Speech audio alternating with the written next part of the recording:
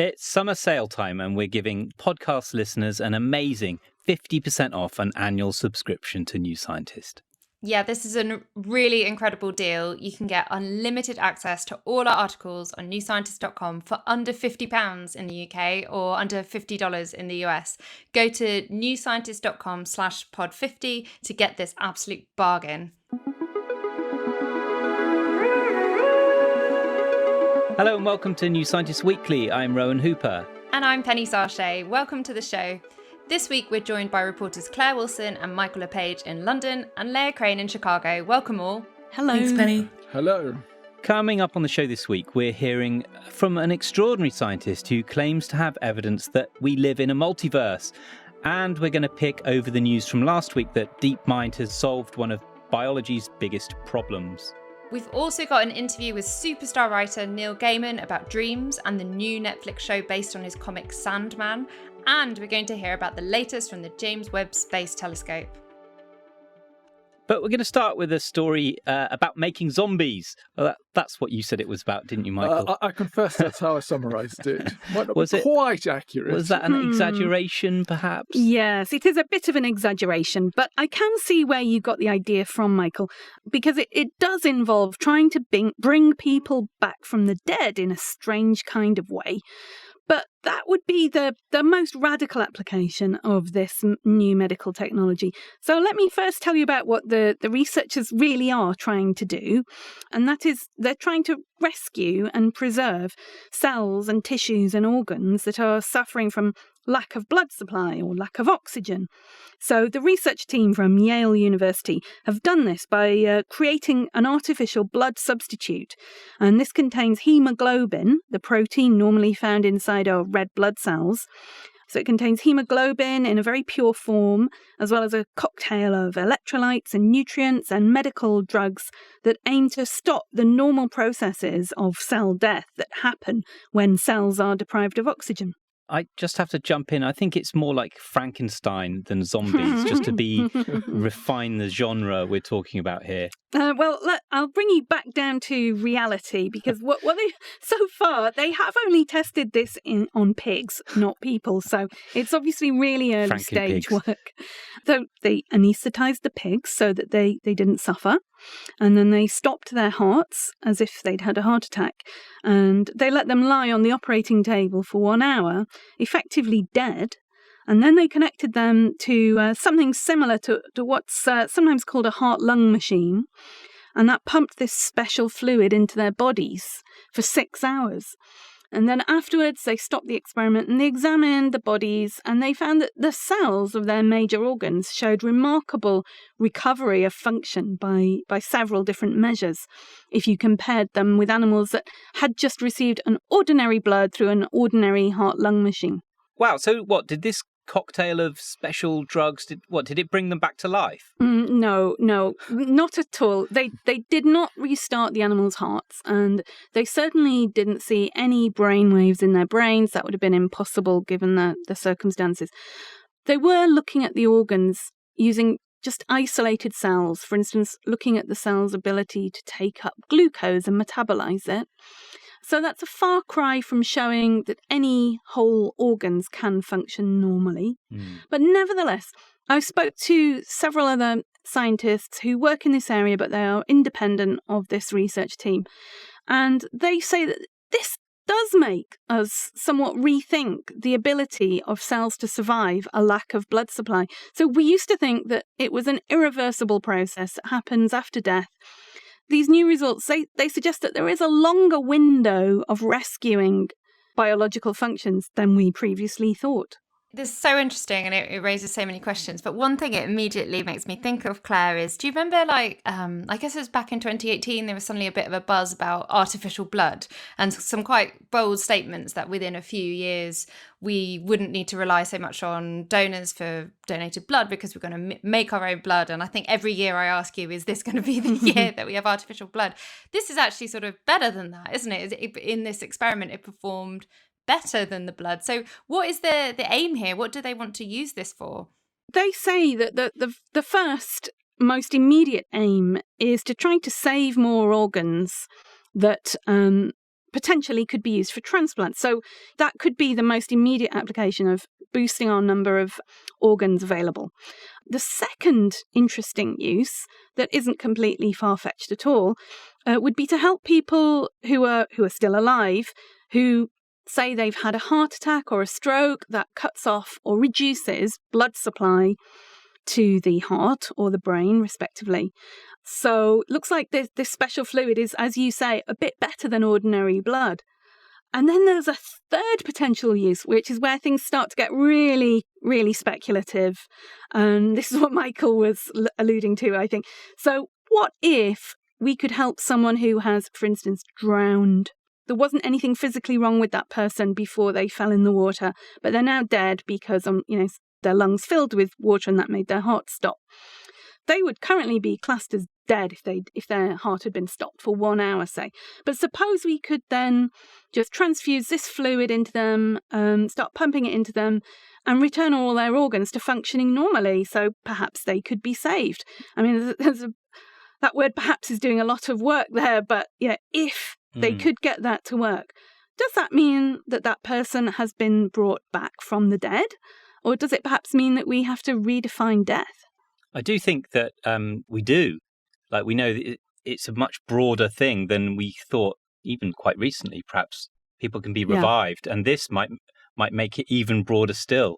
That's a big thing, isn't it? Redefining death. Yeah, I mean, it's always happened really because of new medical interventions. Because we used to just think, many, many years ago, we used to just think somebody had died when they visibly stopped breathing. Yeah. And then we had ventilators, which allowed them to breathe artificially.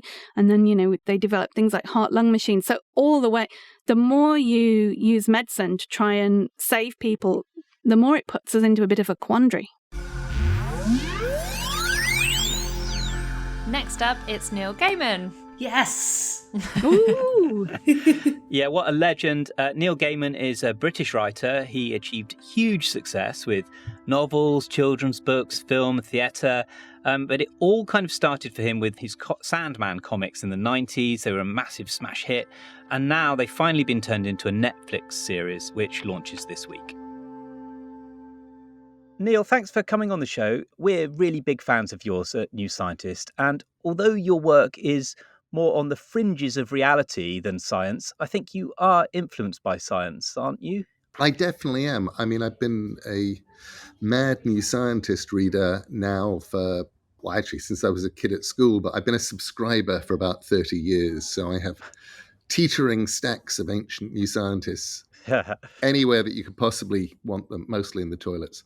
And I'm always continually inspired by the odder bits, by the little bits out on the fringes of New Scientist, by those fabulous articles that you run with titles like, "Is the entire universe an illusion?" or something. Yeah. And you go, I wonder if it is or not. I'll find out. I'll read this. Yeah. And you come away from it going, I am no more educated than I was at the beginning, but I feel somehow wiser. We'll take that. Okay, let's talk about Sandman, because that is a story that it's steeped in, the mystery of sleep and dreams, and that is something that we cover in New Scientist. I mean, I remember interviewing a woman once who had what's called epic dreaming, which is you basically dream relentlessly all night long and wake up exhausted, and that sounds like something you could have written, basically. Oh, I think it is something that I've written several times. I mean, I was fascinated when I started writing Sandman. When I knew that I was going to be writing Sandman, I picked up lots of fancy books with titles like The Dreaming Brain and read everything I could about sleep and dreams and came to the eventual conclusion that we don't really know anything. Mostly because I would keep running into pronouncements by eminent scientists on sleep where they would explain that everybody actually dreams in black and white, but we only imagine the colors on waking, or there are no plots, there are merely images, and we impose structure on waking, or there are no sounds, or there are no smells, and listing all the things that there cannot be in dreams. And I'm going, but I've dreamed those things. And I'm perfectly happy with the current theories, like basically dreaming is the equivalent of the brain's defrag process. and it's just going through and deciding what it's going to store and what it's going to keep, and meanwhile things are clicking.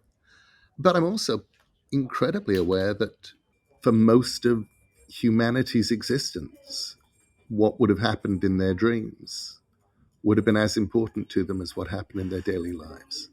Even though they're hard to remember sometimes. I mean, there's one theory I like is that dreams function as a kind of overnight therapy to process your emotions. And that might explain why sometimes dreams are quite unpleasant and dangerous even. I think I love that as a theory too. And I also think that dreams are very often your brain's way of telling you things that you haven't consciously realized, that you haven't quite looked at. There's stuff that you know and you have the information, but for whatever reason you haven't looked over there. Sometimes it's just the brain's way of saying, look over there, and this is important. Can you tell us a bit about the Sandman character, the Morpheus, the dreams, for people who don't know about it? Of course. The idea behind Sandman is that there is a place, not a physical place, but a place that you go when you dream. It's called the dreaming, and the king of dreams, the most important person, the person around whom all of this coalesces, is Dream of the Endless, also known as Morpheus, known as many things, barely ever known as Sandman, but that was the name of the comic, as much as it was a name that is occasionally applied to him, the Sandman. But he is the ruler of the place you go where you sleep. And the idea is that in 1916, during the outbreak of encephalitis lethargica, the first wave of sleepy sickness, that was actually caused by his capture. He was captured and imprisoned then. In the original comic, he escaped in 1988. And in the TV series we've done, he escapes in 2022. He escapes now. And the idea is that the dreaming has been wrecked and nightmares have escaped into our world. What about, I mean, we know that people vary a lot in how they remember their dreams and how influenced they are by them. I wondered about how dreams influence you, because it certainly feels like they do.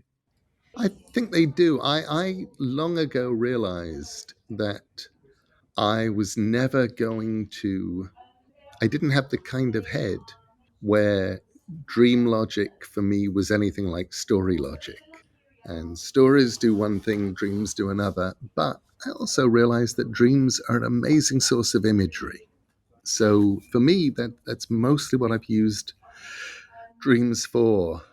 As a writer, I get very excited when I've dreamed something. Even nightmares. I'll wake up from a nightmare thrilled because I can use, oh my gosh, that little baby, and it was dead and it had an autopsy scar, and then it crawled onto the other baby and started eating it. That's awful, and I can use that. That's brilliant. Yes. It reminds me of a friend of mine who does lucid dreaming, who's able to actually get herself into a lucid dreaming state, and she uses it to practice her French because in her dream she's not embarrassed about making mistakes or speaking her rubbish French in front of people. And then I spoke to someone who practices snowboarding moves in a lucid dream, and then when they go into reality they're better at that. So I don't know, have you ever had the joy of lucid dreaming? No, but what I've done is when I get stuck on a plot point, when I'm writing, whether it's a comic or a novel or a script, when I'm stuck, I will lie in bed, just turning it over and over and over in my head. Somewhere in there, I will fall asleep. And normally when I wake up the next morning, I know exactly how to solve it. And somewhere in there, in dreams, it's like everything kept working and I ran through 1,000 different plot iterations and hit the 1,001st, which actually solves the problem. And I think a lot of it is our way of communicating with ourselves. It's a busy, mad world and we don't always stop and listen to what we think. That was Neil Gaiman, and I'm really now even more looking forward to Sandman, and just to remind you, it's out on Netflix this week. And now some messages from our sponsors. People age at different speeds, and the date on your birth certificate may not represent your inner biological age at all. If you're looking for ways to extend your health span and slow down the aging process, the keys to health and longevity may run in your blood. That's why InsideTracker provides you with a personalised plan to improve your metabolism, reduce stress, improve sleep, and optimise your health for the long haul. InsideTracker analyses your blood, DNA, and fitness tracking data to identify where you're optimised and where you're not.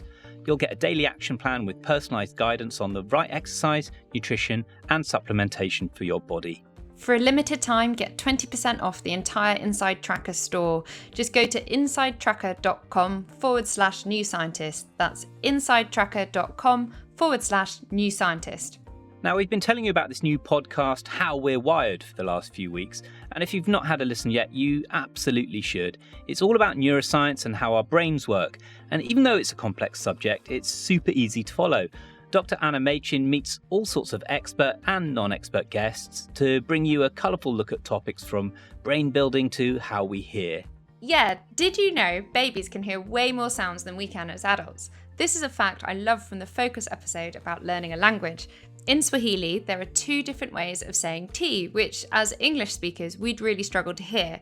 But while babies are first learning language, their brains are wired to take everything in, and it's only later on that we lose this ability. Yeah, it's a really well-crafted and well-produced show, and it constantly takes you out of the studio to meet people like soon-to-be mother Kristen in the brain building episode, and we join her in the middle of her ultrasound visit so we can find out about fetal brain structures. How We're Wired is the new podcast from the Bertarelli Foundation, and you can find it wherever you get your podcasts. Do check it out. Now, the big news, huge news last week was that the artificial intelligence firm DeepMind has predicted the structure of nearly all proteins known to science and made those structures freely available. Michael, stuff like this is surely just a revolution and a game changer for biology. Am I right to think that? Is it really that big of a deal? Oh, it's a huge deal. I mean, it's up there with the discovery of the structure of DNA and the Human Genome Project. It's one of those moments when biology just takes a huge step forward. Wow, everyone's trying now to say how big a deal it is. As big as the discovery of DNA. That is massive. You better take us through what it is that DeepMind's done, because I don't think it got the attention it deserves for that big a deal. No, it's a little hard to get hold of. So proteins are these molecular machines that do all the hard work in cells, and they're made of these chains of amino acids. And the sequence of amino acids in those chains is laid down in our DNA, in our genes.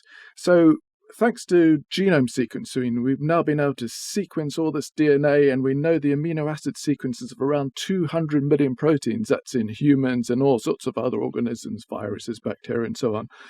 So the question is, what do those proteins do? What are they like? Those chains fold into really complex shapes. And before AlphaFold, we'd only managed to work out the shapes of a tiny minority of proteins. That's because it's really tricky to work out, and it can take several years just for one protein. Yeah, and you know, you hear of people spending whole PhDs, really long periods of research time just trying to get a glimpse at what their protein might look like. But AlphaFold can predict a protein structure in just minutes or hours. Yeah, it's amazing. And basically, they trained AlphaFold using the known protein structures and then got it to predict all the unknown ones. And so DeepMind first got the system working really well about a year and a half ago. And then they just went on and did every single protein we know of. That's nearly 200 million. And they've released it all. Yeah, that's amazing. So look, why is it so important to know that, not just the sequence of proteins, but the structure, how they fold up?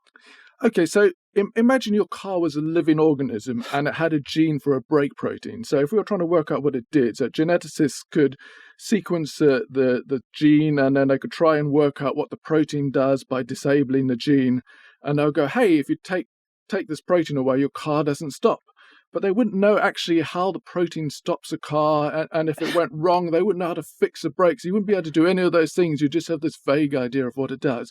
So once you've got the protein structure, you can actually work out how that machine actually works, and that just makes what's possible in terms of interacting with it. It just takes it to a whole different level.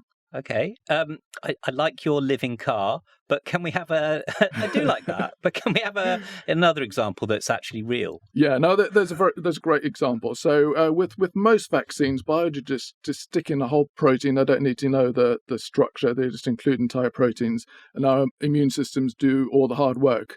But with some diseases, such as malaria, that's not enough. We're not getting vaccines that work really well. And what biologists are trying to do is to get the immune system to target a very specific part of just one protein. And to do that, you need to know what the protein structure is, so you know exactly what bit of it to put in the vaccine and how the immune system will react to that. And there's a team at Oxford University that has been trying to do this, but struggling because they could not work out the structure of one key malarial protein. And so basically, once AlphaFold became available, they worked it out pretty quickly, and that's hopefully going to lead to better treatments and vaccines for malaria, which is really desperately needed. So there's one child dying every minute from malaria still. So I have to say, when I heard about this story, I wondered what it meant for X-ray crystallographers, because X-ray crystallography, it's extremely hard, but it's pretty much the best way we had until now to work out a protein structure. Are they out of a job? How are they and other scientists reacting to the announcement? No, it's so this is a huge step forward, but it's not the problem solved and done and dusted. So AlphaFold is making these predictions, but they're not always perfect. And there's some parts of protein, there's some particular protein structures that it really struggles with and doesn't do very well on yet. And for instance, for sort of making drugs, you need that structure to be absolutely right. So this is a huge step forward, and one that's happened much faster than anyone thought possible just 2 years ago.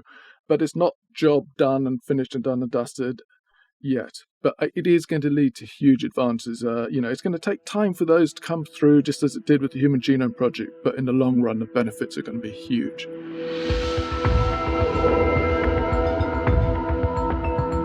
And now it's time for a trip to the multiverse. Yeah, well, I've been chatting with Laura Mersini-Houghton. She's a cosmologist at the University of North Carolina, but she was born and raised in Albania when it was a communist dictatorship, and she's just written a book about her work.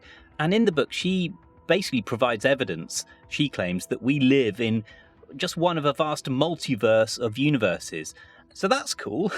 But what's really nice about the book is that she weaves in all these stories about her childhood with her scientific journey as well. I mean, and that's really extraordinary. When she was 5, her father was exiled for the first time, and this happened throughout her childhood. So she had this crazy time as a child. Then she got out of Albania when she won a Fulbright scholarship to the University of Maryland.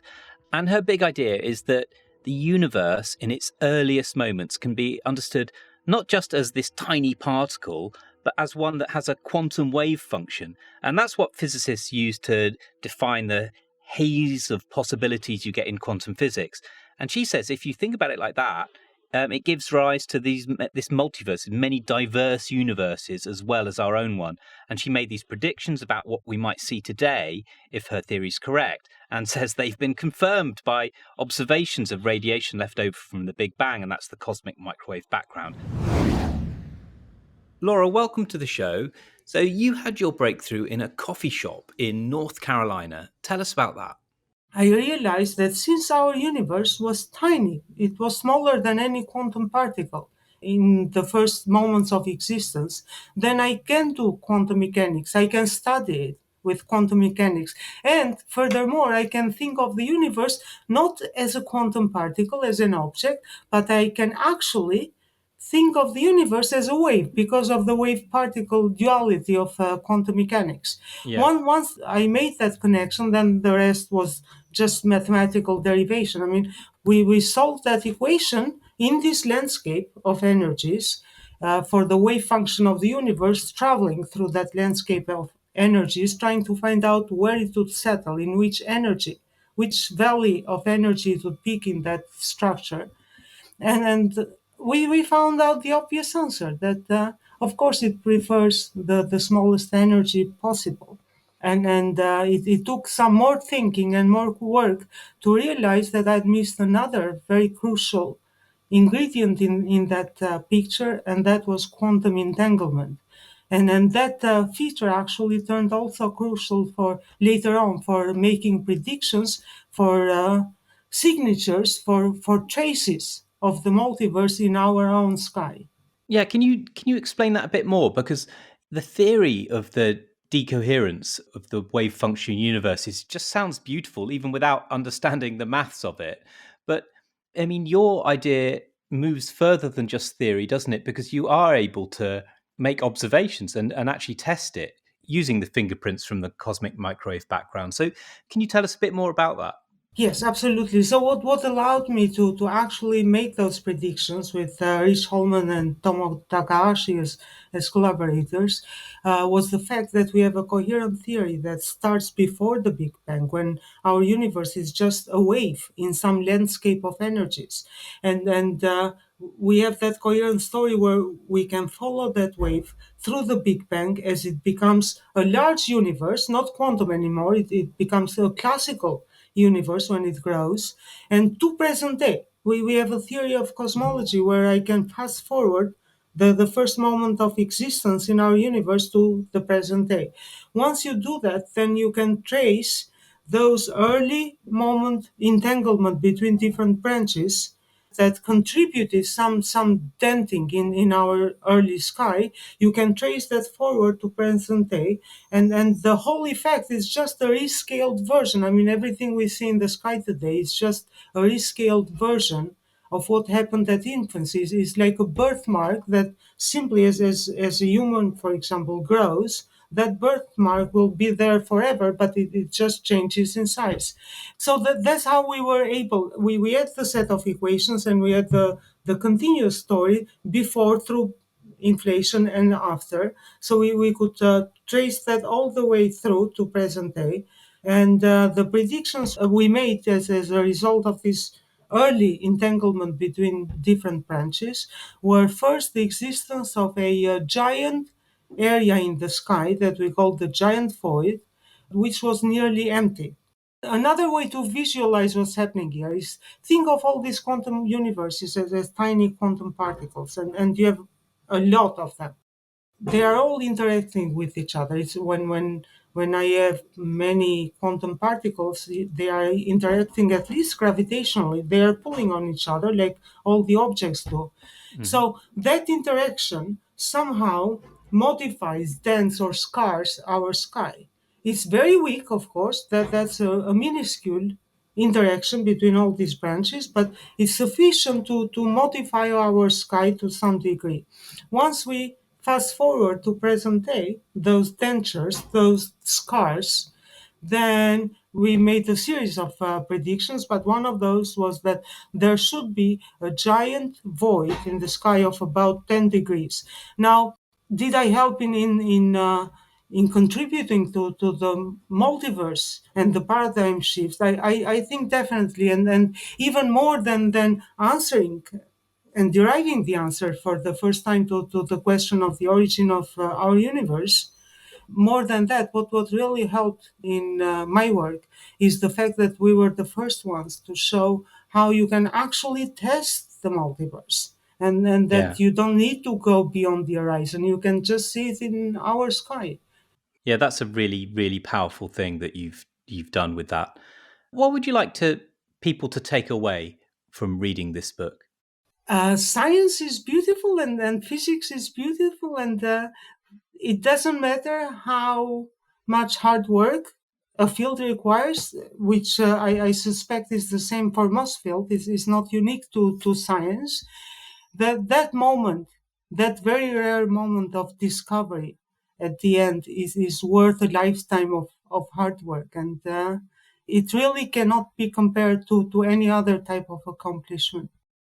That was Laura Mersini-Houghton talking about her new book, Beyond the Big Bang, The Origin of Our Universe from the Multiverse. And I enjoyed that interview so much, I went back to talk to her again. I'm going to write that up for the magazine, and we'll put a link there when that's out.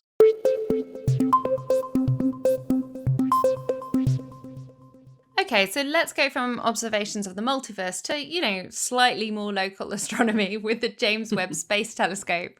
Oh, very good.